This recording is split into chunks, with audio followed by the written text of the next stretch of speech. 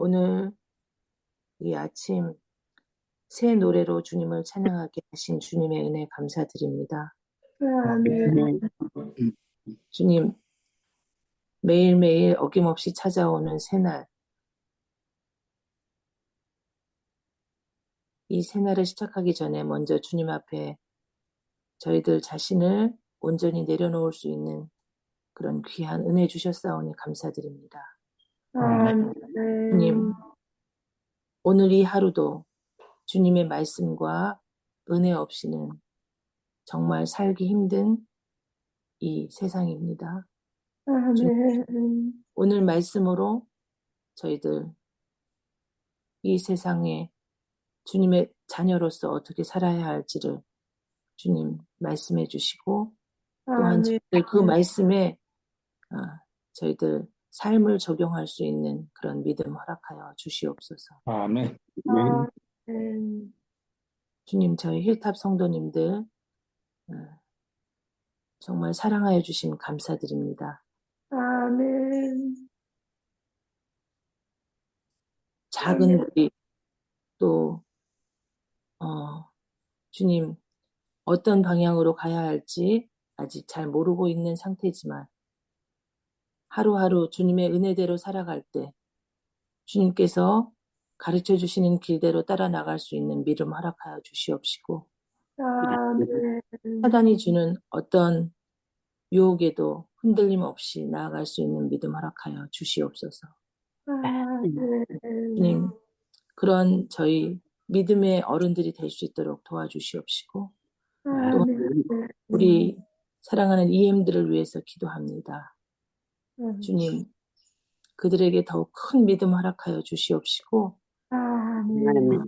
그들 스스로 해결하려고 하지 않고 주님의 은혜를 간구하며 구할 수 있는 그런 믿음이 필요하오니 우리 EM들에게 정말 주님의 큰 은혜와 사랑이 필요하오니 주님 그런 은혜를 베풀어 주실 줄 믿습니다. 또 기회를 통해서 주님께 더 가까이 가고 주님을 만날 수 있는 기회가 될 수 있도록 주님께서 그렇게 역사하여 주실 줄 믿습니다. 주님, 오늘도 저희 EM과 KM이 모두 주님의 은혜 안에 살면서 하늘을 바라는 그런 저희 힐탑 교회가 될 수 있도록 은혜 베풀어 주시옵소서. 시간 주님의 말씀으로 은혜 주실 때 아멘하고 받고 또 저희는 그 받은 은혜를 저희의 삶으로 기쁘게 생활할 수 있도록 도와주시옵시고 주님께서 주시는 사명을 저희 있는 곳에서 비출 수 있는 그런 저희들이 될 수 있도록 은혜 주실 줄 믿고 감사드리며 주님의 이름으로 간절히 기도합니다. 아멘. 아멘. 감사합니다. 감사합니다. 오늘은 요한계시록 19장 5절부터 8절에 있는 말씀으로 은혜를 나누도록 하겠습니다. 먼저 5절에 있는 말씀을 제가 읽습니다. 보좌에서 음성이 나서 이르시되 하나님의 종들 곧 그를 경외하는 너희들아 작은 자나 큰 자나 다 우리 하나님께 찬송하라 하더라. 19장에 이제 이 찬송이 여러 번 반복해서 교창으로 나오고 있죠. 예. 먼저는 하늘에 있는 천천만만 천사들이 할렐루야 구원과 영광과 능력이 우리 하나님께 있다. 그의 심판은 참되고 의롭다. 그런 찬양을 천천만만의 천사들이 하고요. 그리고 두 번째 할렐루야 하고 또 그 연기가 세세토록 올라가더라 라고 두 번째 할렐루야가 나옵니다. 그랬더니 그 찬양에 답을 하면서 24장로와 네 생물이 아멘 할렐루야 그 합창에 교창을 하고 있습니다. 그랬더니 5절에 또 다른 이 음성이 어디에서 나온다고요? 보좌에서. 그러니까 이건 누구의 음성 같습니까? 하나님. 네. 하나님. 이 보좌에서 나니까 하나님 음성같이 보이는데 하나님의 음성은 아닌 것 같아요. 왜냐하면 그를 경외하는 너희들아 그렇게 표현하고 있죠. 이 종들 곧 그를 경외하는 너희들아. 하나님을 3층으로 지칭하고 있어요. 그래서 이것은 보좌에 있는 네 생물 중에 하나가 한 소리인 것 같습니다. 내 생물 중에 너희 네 생물은 항상 보좌 주변에 있었기 때문에요. 그래서 보좌에서 그 네 생물 중에 하나가 하나님의 종들 곧 그를 경외하는 너희들 작은 자나 큰 자나 다 우리 하나님께 찬송하라. 하라. 그렇게 초청을 합니다. 여기 하나님께 찬송하라 이걸 네 글자로 하면요. 할렐루야. 할렐루야예요. 그러니까 이 다른 찬양이 없는 겁니다. 다 할렐루야예요, 그냥. 천만 천사도 할렐루야. 구원과 영광과 능력이 우리 하나님께 있다. 하나님의 심판이 참되고 의롭다. 이렇게 할렐루야 하고요. 그다음 두 번째도 또 할렐루야. 그 연기가 세세토록 올라간다. 바벨론의 멸망이 영구적이고 항구적이고 다시 회복되는 것이 없다라는 것이죠. 그랬더니 아멘 할렐루야. 그리고 네 생물 중에 하나가 할렐루야를 여호와를 찬양하라. 하나님께 경배하라. 찬양하라라고 초청을 합니다. 그랬더니 6절에 내가 들으니 허다한 무리의 음성과도 같고 많은 물소리도 같고 큰 우레소리와도 같은 소리가 이르되 여기 같은 세 가지로 반복을 하고 있어요. 이것은 구원받은 사람. 여기 그 네 생물이 초청하고 있는 사람들이죠. 하나님의 종들 곧 그를 경외하는 너희들아. 그를 경외하는 너희들이라고 표현을 하면서 여기 이 큰 자나 작은 자라고 표현을 하고 있죠. 이 큰 자나 작은 자나 다 하나님께 하나님께 찬송하라. 하나님께 찬양하라, 찬송하라라고 그렇게 초청하고 있는 것입니다.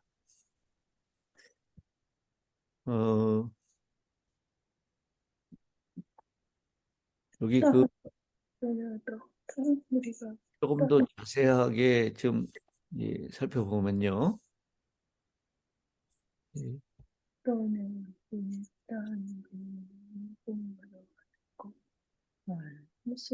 이 큰 자나 작은 자 이 표현은요. 시편 115편 13절에 또 135편 1절에서 빌려왔습니다. 높은 사람이나 낮은 사람을 막론하고 여호와를 경외하는 자들에게 복을 주시리로다. 할렐루야. 여호와의 이름을 찬송하라. 여호와의 종들아 찬송하라. 그래서 여기 하나님의 종들 속에는 신자들은 물론 천사들까지도 다 포함된 가능성을 말했고요. 작은 자나 큰 자라고 표현한 것은 천사들의 계급적인 서열을 뜻한다라고 그렇게 주석하는 사람도 있습니다. 그래서 여기 높은 사람이나 낮은 사람이나 큰 자나 작은 자나 다 하나님을 찬송하라라고 하는 이 찬송에 함께 가담하는 모습을 표현하는데 허다한 무리의 음성과도 같고 많은 물소리와도 같고 큰 우레소리와도 같은 그러니까 이 할렐루야 찬양이 참 이 장엄하게 그렇게 울려 퍼지는 장면을 그렇게 표현하고 있는 것입니다. 그러면서 그 찬양의 노래를, 이 찬양의 이유를 설명하고 있는데요. 할렐루야, 주 우리 하나님 곧 전능하신 이가 통치하시리라. 통치하시도다라고 했는데, 통치를 시작하셨다, 혹은 통치하실 것이다 라고 하는 표현이 더 정확한 번역이라고 할 수 있습니다. 여기 이 하나님을 뭐라고 표현하고 있죠? 할렐루야, 주 우리 하나님 곧 어떤 전능하시니까 통치하시도다라고 했습니다. 하나님을 전능하신 분이다라고 표현하고 있는데요. 여러분, 이 전능하신 자라고 하는 표현은 구약 성경에 많이 인용되고 표현됐죠. 근데 신약 성경에서는요, 이 전능하신 자라고 하는, 이 전능하신 자라는 이 표현은 딱 10번밖에 안 나옵니다. 저도 이 신약 성경에 전능하신 자라고 하는 표현이 10번밖에 안 나와서 참 깜짝 놀랐어요.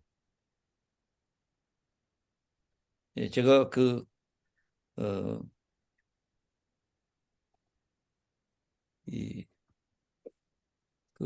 전체 성경에서 전능이라고 하는 이 표현을 찾아보니까요, 신구약 성경에 70번 나옵니다. 근데 그 중에서 신약에는 몇 번만 등장한다고요?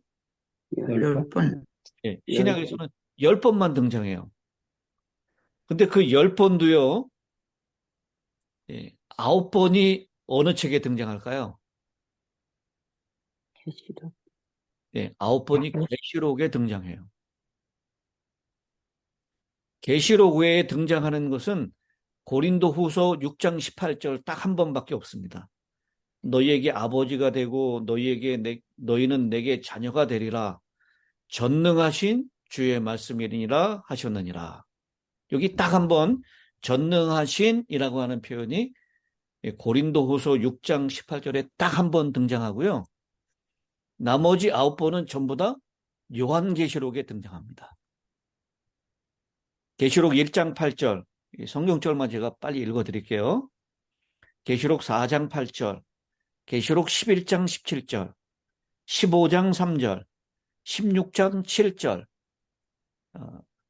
16장 14절, 19장 6절, 19장 15절, 21장 22절, 이렇게 9번이 전능하신 자라는 표현을 사용하고 있는 것을 볼 때, 이 요한계시록에서는 이 전능하신 자라고 하는 이 특징 있는 칭호로 때로는 하나님 아버지를 가리키기도 하고 아들 하나님을 가리키기도 하고 있다라는 것입니다. 근데 여기 19장 6절에는요, 우리 하나님 곧 전능하시니가 통치하시도다. 이거 아들 하나님일까요? 아버지 하나님일까요? 아들 하나님. 이건 아들 하나님을 가리킵니다. 왜 이걸 강조하냐면요, 그 아들 하나님이 어린 양으로서, 그 7절에 나오죠. 우리가 즐거워하고 크게 기뻐하며 그에게 영광을 돌리세. 어린 양의 뭐가 이르렀고요? 혼인잔치. 네. 혼인 잔치가 아니라 기약. 혼인 혼인 기약. 기약. 기약은 무슨 글씨로 돼 있어요? 조그만 글씨. 작은 글씨로 돼 있어요. 그러니까 원문에는 기약이라는 말은 없습니다. 어린 양의 혼인이 이르렀고 그의 아내가 자신을 준비하였으므로, 그래서 이 어린 양이 혼인할 때가 되었다. 그것을 6절에서는 뭐라고 표현한 것이냐면 전능하신 이가 통치하실 것이다. 그 어린 양의 혼인과 이 전능하신 자의 통치를 같이 연결시켜주고 있어요.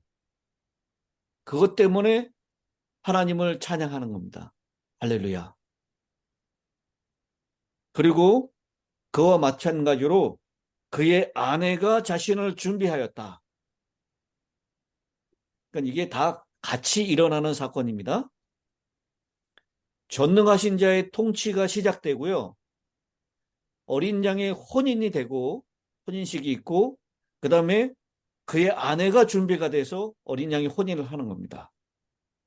근데 그 아내가 준비된 모습을 8절에 그에게 빛나고 깨끗한 세마포 옷을 입도록 허락하셨은즉 이 세마포 옷은 성도들의 옳은 행실이로다 라고 얘기하고 있습니다. 이 이야기를 우리가 지금 자세하게 살펴볼 필요가 있습니다. 오늘 공부를 통해서 좀 그동안 좀 헷갈리셨던 것이 있으면 좀 확실하게 아실 수 있게 되길 바라는데요.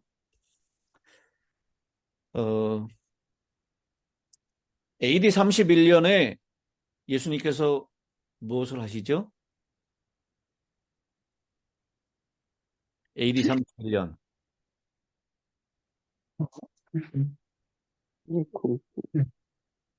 공증. 11조에, 아니, 십자가에? 예, 예수님이 십자가에 달리시고 그 다음에 어떻게 하십니까? 부활 승천하시죠.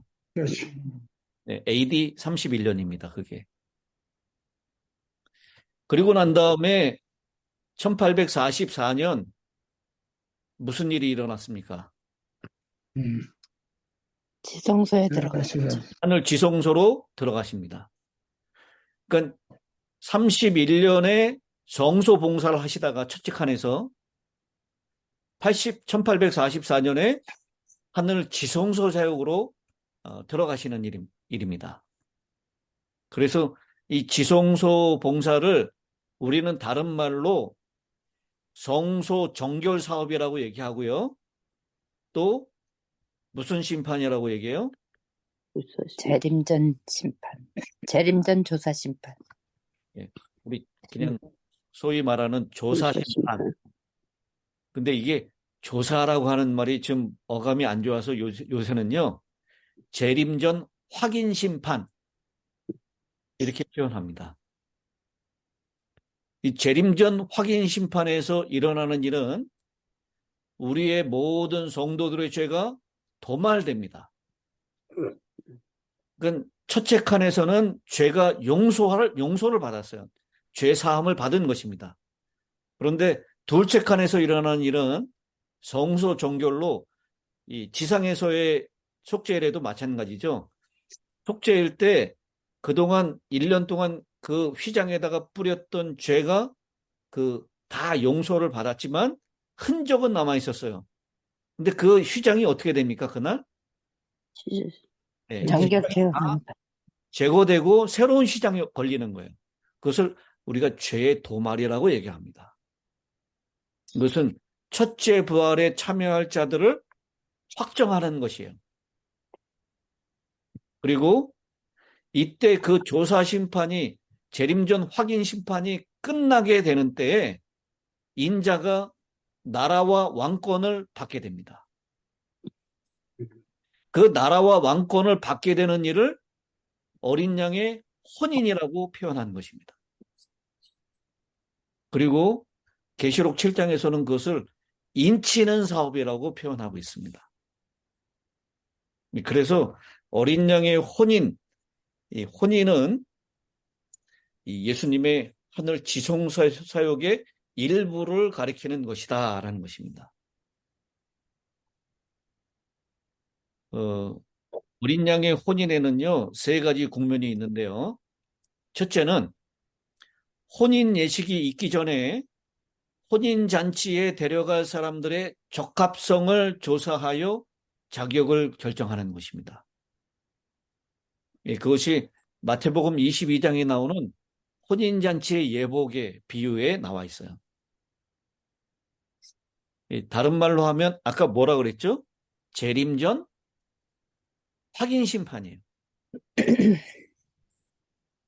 그 다음 두 번째는 신랑이신 그리스도께서 신부인 누구하고 교회. 계시록의 표현에 의하면 신부인 새 예루살렘하고 혼인하는 것, 그것이 하늘 지성소에서 이루어집니다. 그래서 이 조사 심판이 맞춰지는 끝나는 지경에 새 예루살렘과 혼인하는 일이 있는데요. 이것이 바로 전능하신 자의 통치가 시작되는 것입니다. 아버지께로 나아가 영광의 나라와 치리하는 권세를 받는 것입니다. 그리고 세 번째 국면은 그리스도께서 재림하셔서 혼인 만찬에 참여시키기 위하여 적합한 사람들을 데리고 가는 것. 그래서 하늘에서 혼인 만찬을 하는 것. 이 세 가지의 국면이 있다라는 것입니다. 이게요, 요한복음 14장의 1절부터 3절에 아주 잘 나타나 있습니다. 우리가 너무 익숙하게 잘 아는 것이죠. 네. 요한복음 14장 1절. 너희는 너희는 마음에 근심을 설득하라. 하나님을 믿으니 하나님을 믿으니 또 나를 믿으라. 그 다음에요. 내 아버지 집에 나를 집에 거할 거할 것이 것이 많도다. 내 아버지 집에 거할 것이 많도다. 그렇지 않으면 너희에게 일렀으리라. 내가 너희를 위하여 거처를 예비하러 가노니. 가노니 그러니까 제일 처음에 예수님께서 이 땅에 초림하신 것은 혼인잔치에 데려갈 사람들과 뭐 하기 위한 것입니까? 약혼하는 거예요. 약혼. 여러분, 이 성경 시대에 이 약혼은요, 신랑 신부로 불려졌습니까? 예, 예. 이 요셉하고 마리아가 정혼한 상태였다 그랬죠. 이 정혼은 오늘날로 표현하면 약혼하고 결혼하고 중간에 있어요. 그 차이점은 뭐냐면 법적으로는 부부지만 동침하지는 않는 상태입니다. 그래서 그냥 우리도 그냥 이 약혼을 하면 신랑 신부라고 불려집니까? 예, 오늘날도 우리가 약혼하게 되면 이제 뭐 내 신랑이고 내 신부다 이렇게 부를 수 있잖아요. 법적으로 부부가 되진 않았지만 그렇게 부른다라는 겁니다. 근데 이스라엘에서는 이 정혼이라고 하는 걸 통해서 신랑 신부의 법적인 이 자격이 유지가 됐어요. 정혼한 상태에서 다른 사람하고 간음하면 그것은 이 결혼한 사람 상태에서 간음한 거하고 똑같은 그런 처벌을 받았습니다. 그래서 예수님께서 이 땅에 초림하신 그것은 우리와 정혼한 상태로 신랑 신부로서의 결혼한 상태로 그렇게 표현되고 있는 것입니다. 그런 다음에 예수님께서 거처를 예배하러 간다. 그것은 새 예루살렘 성을 예배하러 가는 것입니다. 하늘 지성소로 올라가는 것과 같은 거예요. 거기에서 나라와 영광을 받고 다시 이 땅에 재림하시는 장면, 그리고 그들을 데려가서 이 혼인잔치를 하는 장면이 이 계시록 14장, 요한복음 14장 1절로부터 3절에 있는 재림의 약속입니다. 이것이 오늘 이 계시록 19장에 나오는 이 장면하고 잘 매치가 될 수 있다라고 하는 것입니다.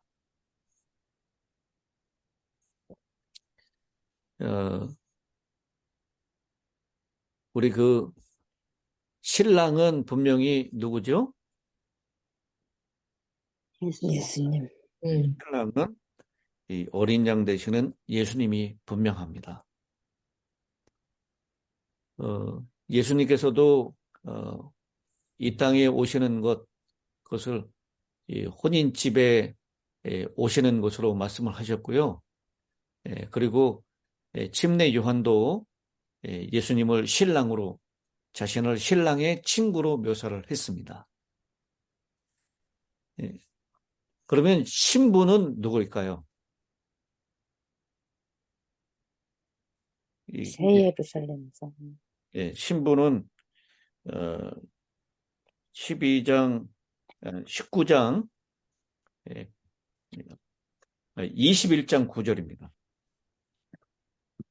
21장 9절에 보면 내가 신부 곧 어린 양의 아내를 네게 보이리라. 신부 곧 어린 양의 아내를 네게 보이리라 하고 성령으로 나를 데리고 뭘 보여줍니까? 새 예루살렘. 상례는 예루살렘. 새 거룩한 성 예루살렘을 보였다라고 했어요. 신부는 곧 누구라고요? 예루살렘. 예루살렘이다 라고 하는 것입니다.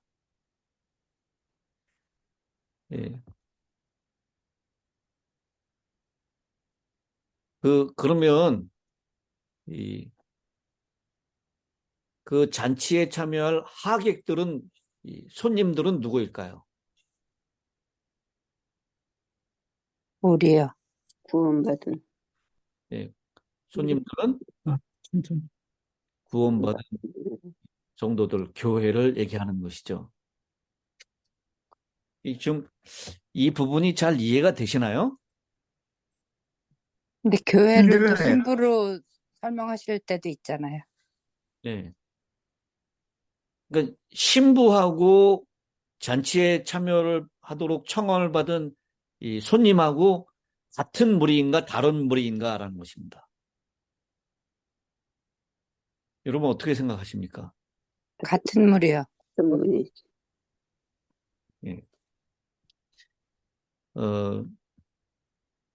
여기에 대해서 네 가지의 견해가 있습니다. 첫째는 신부와 손님은 동일하다라는 견해고요. 두 번째는 신부는 교회 전체를 의미하고 초청을 받은 손님은 개인적으로 그 초청에 응한 신자들을 얘기한다. 이건 같은 말인 것 같지만 조금 의미는 다르죠. 그리고 세 번째는 이 교회를 신부로, 손님들은 구약시대 및 천년왕국 시대의 성도들로 이렇게 나눈다라는 얘기예요.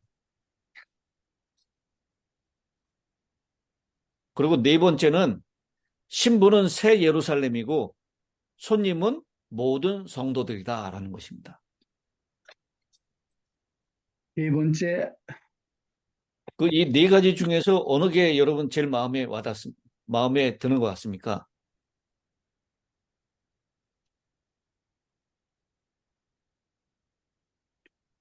두 번째, 두 번째가 좀 더 마음에 와닿는 것 같습니까? 네. 엘렌 화이트 여사가요, 실물교훈 406페이지에 이렇게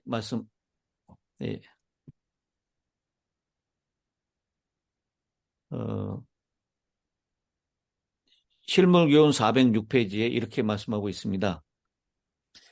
요한계시록에 의하면 하나님의 백성은 혼인잔치에 청함을 입은 손님들로 불려지고 있다. 손님이 된 자가 동시에 신부로 대표될 수는 없다.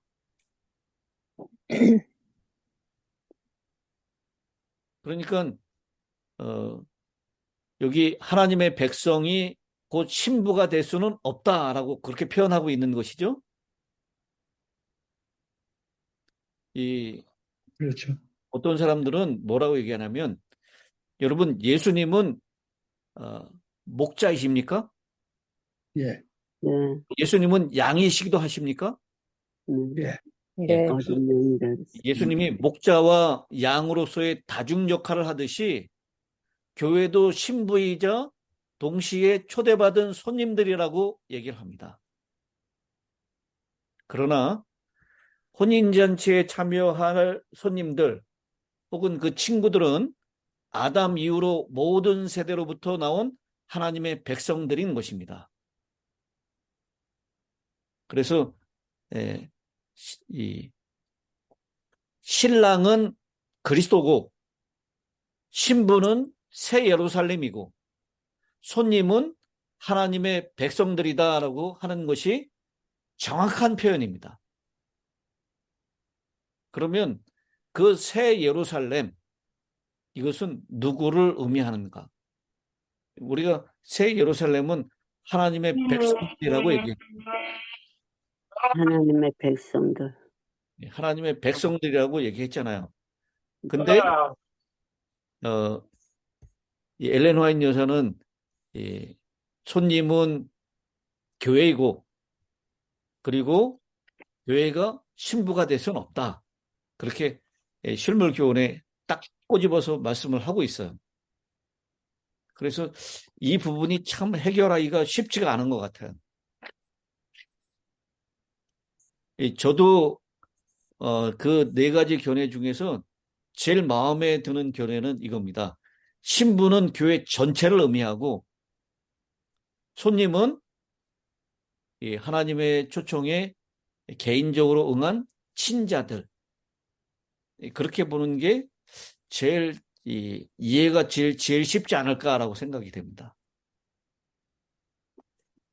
근데 이 부분이 저에게도 아직 좀 해결되지 못한 부분인 것 같아요. 신부하고 손님하고 이거를 어떻게 정확하게 구분할 수 있을까? 그런데 오늘 시간이 너무 많이 지나갔네요. 이게 굉장히 중요한 주제이기 때문에요. 내일 요 주제에 대해서 조금 더 다루고 이 혼인이 어린 양과 신부의 혼인은 무엇을 의미하는 것인가? 이 구약 성경 신약 복음서에 보면요. 이 혼인하고 혼인 잔치하고 좀 쉽지 않게 혼돈할 수 있게 그렇게 만들어 놨어요. 그래서 혼에 대한 이해가 조금 좀 선명해져야 될 필요가 있다라고 생각을 합니다. 그 부분은 내일 이어서 이야기를 나누도록 하도록 하겠습니다. 우리 이미순 사모님 마지막 끝기도를 부탁드리겠습니다. 아버지 하나님, 저희들에게 아침에 귀한 말씀을 들려주시고 정말 저희가 정말 그 거룩한 예식에 참석하도록 하시기 위해서 이렇게 정말 말씀으로 가르쳐 주시니 감사합니다. 저희들 정말 이 영원하지 못한 이곳에서 살면서 영원한 곳에 갈 수 있도록 주님 저희들을 인도하여 주시고 순종하는 생애를 오늘도 살 수 있도록 도와주시옵소서. 아버지 하나님, 정말 저희가 깨닫지 못하는 것이 많이 있지만 분명한 것은 우리 주님께서 저희의 영원한 생명을 위하여 희생하신 그 사랑을 저희들 깨닫고 있습니다. 주님, 그 사랑에 힘입어서 정말 감사하는 마음으로 오늘도 승리하는 생애를 살게 도와주시옵소서. 아버지 하나님, 정말 저희의 눈에 보이기에 너무나도 연약해 보이는 우리 힐탑교회를 주님의 의로우신 오른손으로 오늘도 붙들고 계심을 저희들이 깨닫게 도와주시고 정말 그곳에 속해 있는 EM과 우리 KM 어르신들 모두 주님 한 사람 한 사람이 주님의 자녀가 되도록 참된 자녀가 되도록 오늘도 성령님으로 인쳐주시고 인도하여 주시옵소서. 아버지 하나님, 그 중에 또 편찮으신 분들을 기억하여 주시옵시고 또 마음에 고생하는 사람들을 기억하여 주시고 또 방황하는 자들을 기억하여 주시고 정말 모든 것의 해결점이신 우리 주님 앞으로 모두가 다 한 마음으로 나와서 주님만 쳐다보고 예수님만 생각하는 우리가 되게 도와주시옵소서. 아버지 하나님, 그리고 또 11월 달에 있을 음악제에 주님 함께하여 주셔서 저희가 작은 인원이지만 최선을 다해서 연습하고 연합하는 귀한 기회가 되게 도와주시옵소서. 아버지 하나님, 교회의 각 부서에서 열심히 일하시는 주의 종들을 기억하여 주시고 지치지 않도록 그들에게 힘과 용기 주시고 필요되는 것들을 공급하여 주시옵소서. 아버지 하나님, 저희들은 정말 하루하루 살기가 바쁜 연약한 인생들입니다. 저희들에게 전체를 볼 수 있는 눈을 주시고 정말 예수님의 눈을 주셔서 저희의 인생 끝날까지를 바라보고 세계 끝날까지를 바라볼 수 있는 그런 눈을 주셔서 오늘도 작은 것 때문에 저희들 근심하고 넘어지지 않도록 도와주시옵소서. 정말 몸과 마음이 아프신 우리 자녀들 기억하여 주시옵시고 특별히 어린 영혼들 기억하여 주시고 또 목사님께서 말씀을 전하실 때 저희에게 꼭 필요되고 구원에 꼭 필요한 말씀을 날마다 가르치실 수 있도록 성령님을 보내주셔서 정말 그 말씀이 저희들에게 생명의 떡이 되게 도와주시옵소서. 오늘도 저희들과 함께하여 주실 것을 믿고 또 수요일에 있을 또 문화교실에도 함께하여 주셔서 정말 봉사하시는 분들과 참석하시는 모든 분들이 정말 한 가지로 은혜 받고 주님까지 깨닫는 귀한 문화교실이 되도록 인도하여 주시옵기를 예수님의 이름으로 간절히 기도드립니다. 아멘. 네. 감사.